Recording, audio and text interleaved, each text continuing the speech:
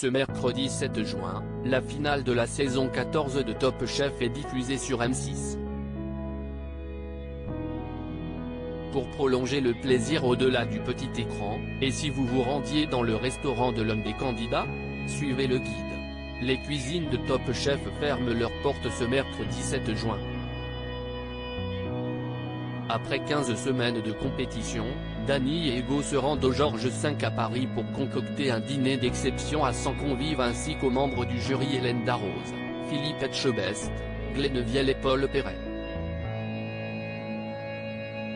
Au terme de la soirée, l'un d'entre eux ressortira vainqueur de la compétition et clôturera cette saison. Si jamais vous désirez prolonger l'expérience au-delà de votre poste de télé, il vous est possible de déguster la cuisine des deux finalistes pour de vrai. Celle de Dany, pour commencer. Il est récemment devenu le chef du restaurant Le Bayview, situé à l'hôtel Président Wilson, à Genève. Le chef Michel Roth lui a confié les fourneaux de cet établissement, étoilé depuis 2014, alors que le candidat y est entré comme simple commis il y a 8 ans. Comment manger chez Hugo Riboulet de Top Chef 2023. L'autre finaliste de cette édition est Hugo. Jusqu'à la fin de l'année dernière, le jeune homme travaillait en tant que second de cuisine dans le prestigieux restaurant 3 étoiles du Clos de Sens, à Annecy. Pour le moment, le candidat n'est plus au fourneau d'une adresse en particulier. Dans les semaines à venir, on pourra goûter à sa cuisine à l'occasion de résidences à Annecy, Lyon et Valence. Le prodige va également ouvrir son premier restaurant avec une ancienne concurrente, Alban. On va ouvrir un concept de street food pour début novembre, à Sentier, dans le 2e arrondissement, à côté de la rue Saint-Sauveur, révèle-t-il à nos confrères de Téléstar. Top Chef 2023, quelles sont les adresses des restaurants des candidats? Pour goûter au plat du demi-finaliste Mathieu, il va falloir s'asseoir sur son empreinte carbone. Le cuisinier vit en Nouvelle-Zélande mais il compte bientôt rejoindre son frère Jacques, dès le mois de septembre, pour travailler ensemble au Cascada Cocina et Bar, en Espagne. Sarika, quant à elle, est devenue la chef du restaurant Les Résidents dans le 17e arrondissement de Paris jusqu'au mois de juin. Par la suite, elle aimerait ouvrir son propre établissement dans le Nord.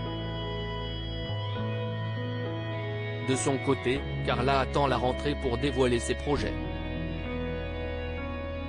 Jérémy, lui, est toujours à retrouver de l'autre côté de l'Atlantique.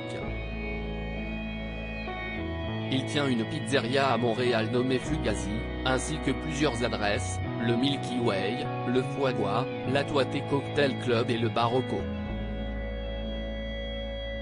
Jean, Alexandre, César. Où manger chez les candidats de Top Chef 2023. Le trublion Jean travaille actuellement à l'ouverture d'une résidence à Paris sur laquelle il ne peut pas encore communiquer. Alexandre, lui, est toujours le chef de son propre établissement, nommé Marchon, situé dans le 11e arrondissement de la capitale. Jusqu'au 18 juin, Léo est en résidence au Ventru, au parc de la Villette de Paris. Ensuite, il désirerait prendre en main une adresse en Alsace en début d'année prochaine. Il faut aussi quitter la France pour tester la cuisine de César. Le chef vient d'ouvrir un cornet nommé le Fox, un food market à la Royale Belge de Bruxelles. Pour sa part, Gaston est en résidence à partir du mercredi 7 juin à la Nouvelle-Scène pendant un mois dans le 5e arrondissement de Paris.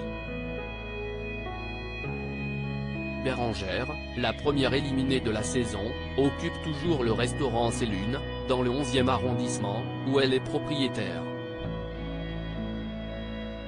Miguel et Victor, pour terminer, n'ont pour l'instant pas d'adresse à laquelle les retrouver.